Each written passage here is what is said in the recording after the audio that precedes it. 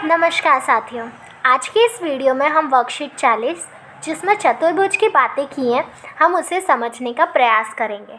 तो आइए बिना किसी देरी के शुरू करते हैं। पहले हमसे बोला है उदाहरण में संलग्न आकृति से दिए गए प्रश्नों के उत्तर दीजिए। अरे अरे अरे, हमसे प्रश्नों के उत्तर क्यों मांग रहे हो? हमें पहले आकृति के बारे में तो समझाओ। तो पहले हम आकृति को समझ लेते हैं क्या क्या बोला है इसमें। देखो, हम इसे ध्यान से देखते हैं। हमें इसमें कितनी भुजाएं दिख रही हैं आप बताइए? 4 दिख रही है। तो ये कौन सा है? चतुर्भुज है। ठीक है, अब आप बताइए इसमें विकर्ण कितने? घबराइए मत, हम विकर्ण भी समझते हैं क्या होता है। विकर्ण होता है एक कोने से जो उसका संलग्न वाला कोना है, मतलब बगल वाला, जैसे पी का क्यू है, उसको छोड़ के अपन जिससे उसे मिलाएंगे वो होता है उसका विकर्ण। यानी पी से जो आर मिल रहा है ये होएगा विकर्ण कोना। ठीक है, विकर्ण होगा, जिसे हम इंग्लिश में डायगोनल कहते हैं, डायगोनल। और Q से S जो है वो एक डायगोनल है। ये जो बिंदु बिंदु वाली रेखा है ना, इसी को बोलते हैं विकर्ण। तो इसमें आपको कितने विकर्ण दिख रहे हैं? मुझे तो 2 दिख रहे हैं। तो बस ये 2 विकर्ण होगा। अब अपने को बताने हैं कि सम्मुख भुजाएं क्या होती हैं। अब आप जानिए, पहले हम सम्मुख भुजाओं को जानते हैं क्या होता है।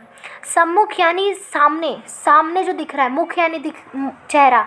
तो आपको जो आमने सामने दिख रही है उसे बोलते हैं सम्मुख भुजाएं। तो जैसे पी क्यू के आगे अपन खड़े हो जाएं तो आपको कौन सी भुजा दिखेगी? ये वाली दिखेगी, आर एस वाली। और अगर अपन आर क्यू के आगे खड़े हो जाएं तो अपने को कौन सी भुजा दिखेगी? P S. तो आपको समझ आया कि सम्मुख भुजाएं कौन सी होती हैं। अब आप बताइए सम्मुख कोण क्या होंगे? वही वाले जो सामने आपको कोण दिखेंगे उसे हम सम्मुख कोण कहेंगे। तो देखिए, एंगल पी जो है उसके लिए सामने कौन सा कोण है? एकदम सामने दिखेगा, वो इधर उधर नहीं देखना। जैसे घोड़े के साइड में वो लगा देते हैं ताकि वो सामने सामने देखे। तो बस वैसे ही अपने को मान लो लगा दिया। अब अपने को इधर उधर कहीं नहीं देखना है, बिल्कुल सामने देखो। तो आपको ये आर दिख रहा है, ठीक है। और अगर क्यू के आगे खड़े हो गए तो कौन सा एंगल दिखेगा अपने को? एस दिखेगा। तो ये कौन से कोण हो गए? सम्मुख कोण। तो हम तो अब उत्तर देखने की ज़रूरत है नहीं, हम तो प्रश्न देखेंगे और उत्तर बताएंगे। देखते हैं, आकृति पी क्यू आर एस का नाम बताइए जल्दी से। क्या बताया था मैंने? चतुर्भुज है, बिल्कुल सही।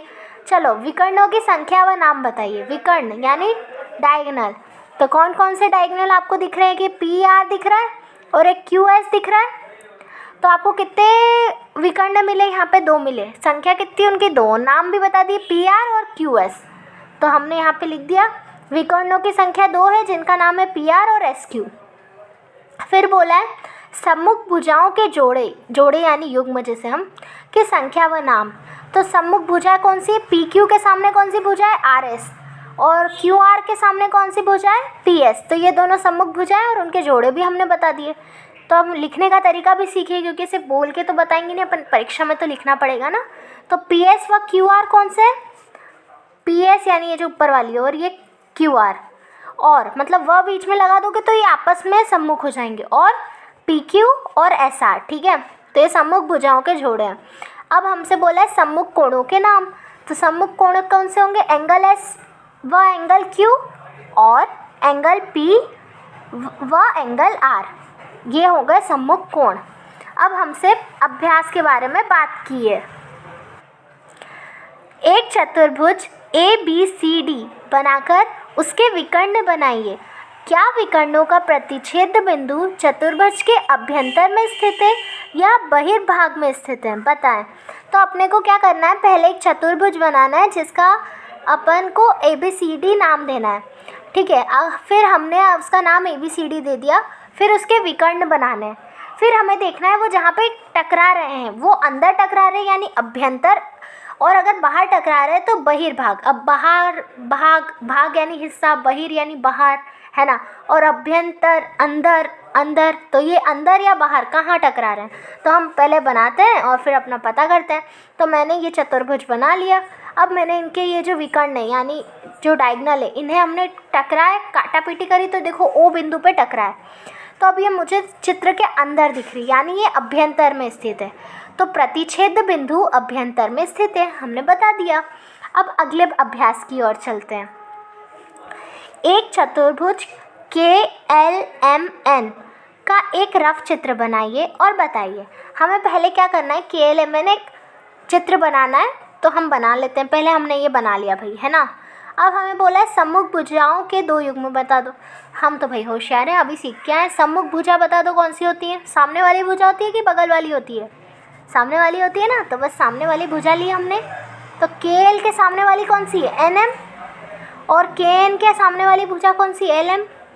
तो हमने वही भुजाओं के नाम बता दिए और फिर हमने ये कर लिया, और फिर हमने ये नाम लिख लिए।